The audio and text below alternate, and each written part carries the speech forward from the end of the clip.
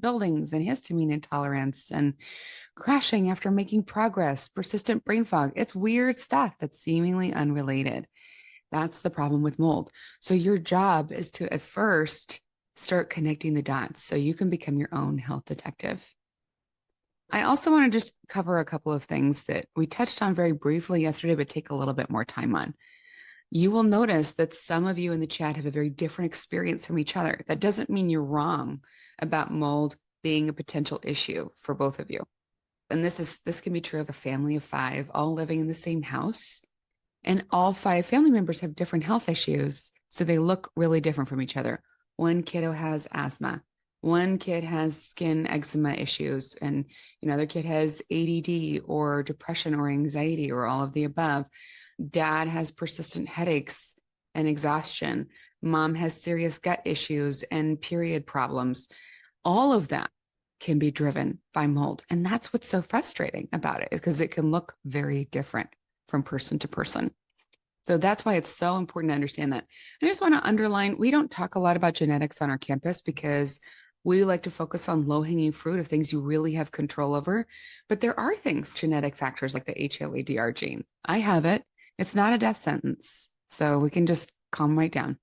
And you don't have to be on supplements forever, even if you have it. I also have all the MTHFR mutations. I'm that back bucket of SNPs, where if you saw my SNPs, you'd say, oh, she's going to have a hard time. She's going to be in chronic illness. That's not true. It's just not true. So we know that genetics can play a role, a small role in our health outcomes. And I do want to account for that. And just note that going in, it just might mean that you go lower and slower. You need a little bit of extra support. But the principles of proper mold detox still apply to you. And you do not need a separate strategy. You just might need a couple of extra supports. That's it. It's not as complicated as people are making it sound. Approximately 25% of people have this HLA-DR gene variant. It just means you take a little longer to notice the mold, and you're a little slower to break it down. So you're not as efficient at it. So it can build up faster in your system. Anybody know if you have that? We also want to consider that maybe an even bigger issue is exposure history. How many of you looking back, wait a minute, my childhood basement flooded? Huh. Or wait a minute, I remember my attic smelling musty as a kid, or the coats smelling moldy when we took them out for winter. I remember when the heater clicked on for the first time as a kid in the fall, and it had that funny burning mold smell. Now that I look back at it, that was all there. Or, oh yeah, that's right, my first apartment did have a funny leak, and kind of fought with the landlord about it, and he blamed us, and then we ran away and we broke the lease, and whoops, it's just so far back there. But it's there, and your body remembers that stuff. And if you didn't get proper support at the time, your exposure history absolutely matters, and it is cumulative. So you have a cumulative mold burden to consider for multiple homes or environments worsening the effects. Michael remembers water damaged spots above his childhood bed on the ceiling, and falling asleep looking at those spots and having a hard time with his tummy and having a hard time getting to sleep and feeling exhausted after eating and starting to grind his teeth in that bedroom. These things all started in his childhood bedroom. Mom and dad didn't know. It was the 80s. That's not a part of our consciousness back then. So these are just things to consider. And that's why we want to know, okay, cumulative exposure matters. So it's another reason why we might be having a different experience than our partners. Yes, we're going to reference these things in passing, and I know visuals help. This is not a big, where is the mold hiding workshop. This is more about, what does your body need to heal workshop. So I just want to cover the space very quickly because I have an ethical responsibility to do. You want to start looking at your home with fresh eyes and make sure that you don't have a current issue. For example, in our mold reset, we have a 100-point visual checklist for you that just gets you thinking about water leaks, water damage, where would mold be hiding, so that you could start that process even before you spend money on labs. I also want you to think about some overlooked places, though. Cars are a big deal. Anybody heard my story before about how I had a broken seal in the door behind me? I had a cute little VW bug. And I knew it was leaking. I didn't want to pay to fix that. I was broken in my 20s. So I was driving around Portland, Oregon with a cute VW bug with the door behind the driver's seat leaking. In Portland, Oregon rains a lot. So the seat floor behind the driver's seat always had this little puddle. And once in a while, I'd spray something on it if it got too smelly. I'm adulting so hard. Look at me cleaning. Well, it was terrible though, because I was literally exposing myself to this horrible mold every day. And of course, it got into the air filters and was blowing around. And I remember when I turned on the AC once in a while, being like, ugh, that's so yucky smell coming out of that. But I didn't want to pay to fix the air filter. I was in my 20s. So things that can happen, right? We want to make sure that we don't overlook them. And it can help us have a lot of tenderness and grace for our bodies when we think about, oh, yeah, that did happen back in my teens or back in my 20s or 30s. I just didn't know any better, or mom and dad didn't know any better. But I remember weird, funky stuff in my childhood home or early apartments. We also had to make sure that we look in our workplace because that's a place where you're spending a lot of time. One of the most heartbreaking things that we deal with families in our practice is the kiddo who's having the hardest time is often in a moldy classroom.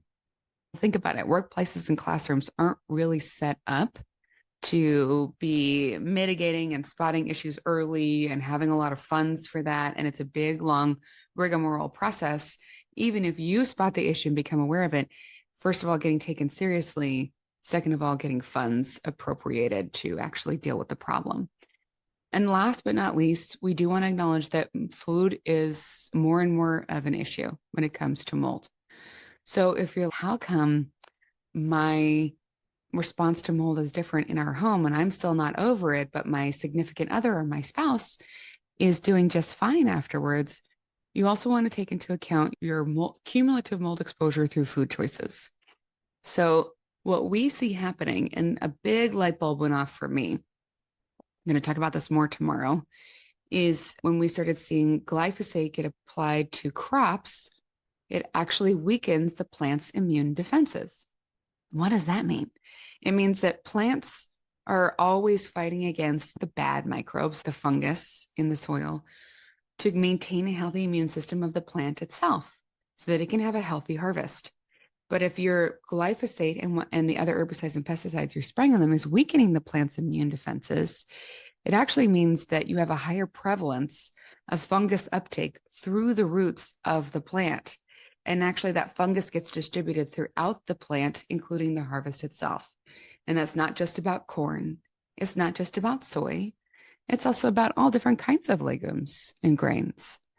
So it can help us to explain, okay, so it's not just about how we store the food.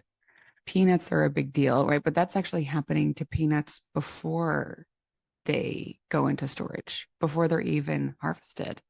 Huh. And what about patulin, which is another one, that foodborne toxin that's often found in apple products? Is that about when apples have been sprayed on the tree? Because apples are a very heavily sprayed crop at this point. Or is it about how the apples were stored? It could be one or the other or both. It's not to make you afraid of food. I just don't want you to feel like you're at war with your body. So we'll have more coverage about food tomorrow. I just want to make sure that you are alerted to this and that you're feeling oriented and grounded and that you're realizing your body's been through a lot and it deserves some grace from you. In fact, the more I learn about the body and the more I help people heal from this stuff, the more reverence I have for how profoundly smart your body is. And that is my entire goal out of this week, is that you restore that reverence as well for your body's own capacity to heal. Because if it gets even a little bit of support in the right order, it will work so hard for you. And that's what we want to unlock. So we just want to remember, this is a complicated topic. That's okay. Your body isn't broken. It's just overwhelmed. And healing is possible. So who's feeling a little overwhelmed or stressed? It's probably time for some Soma support, huh? Who went home yesterday and did your positive points? Anybody remember those? I know I love Soma support. Me too. Soma is just the Greek word for body. And it's Michael's and my basket of tools, our favorite things we've collected along the way, that really creates some wonderful support experiences to help the body shift from stress into rest, digest, detox, and heal mode.